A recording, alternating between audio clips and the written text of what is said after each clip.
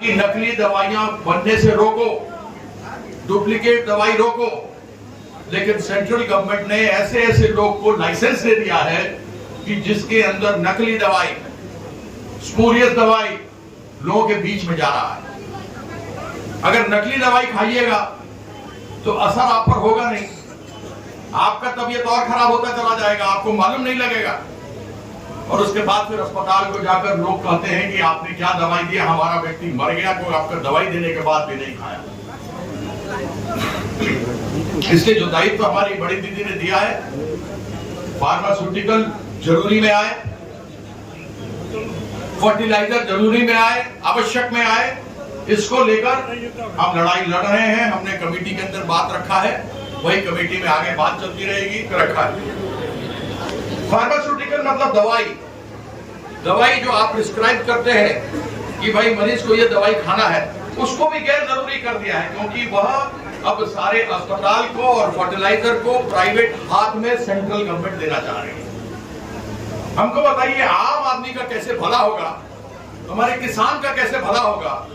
जितना इस बार खाद आना था हमारे देश में, वह खाद इसलिए नहीं आया क्योंकि ओपन जनरल लाइसेंस में जो निजी लोग था, प्राइवेट लोग था, उसका दाम बढ़ रहा था युद्ध होने के कारण से, तो वो लोग फर्टिलाइजर नहीं मंगाया और हमको कमी हुई।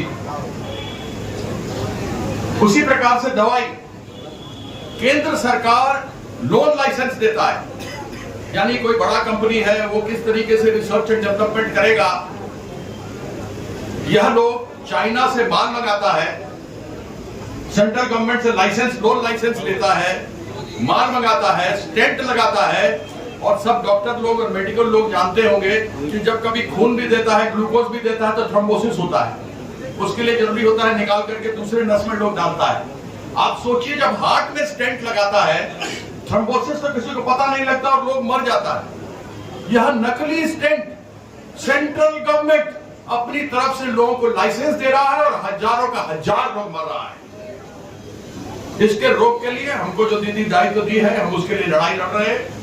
आज ही हमने अखबार में पढ़ा कि बिहार के प्रिंसिपल सेक्रेटरी हेल्थ ने कहा है, जब फार्मास्यूटिकल के वहां से लोग यहां पर आए थे तो उनसे कहा था कि नकली दवाइयां बनने से रोको, डुप्लीकेट दवाई रोको।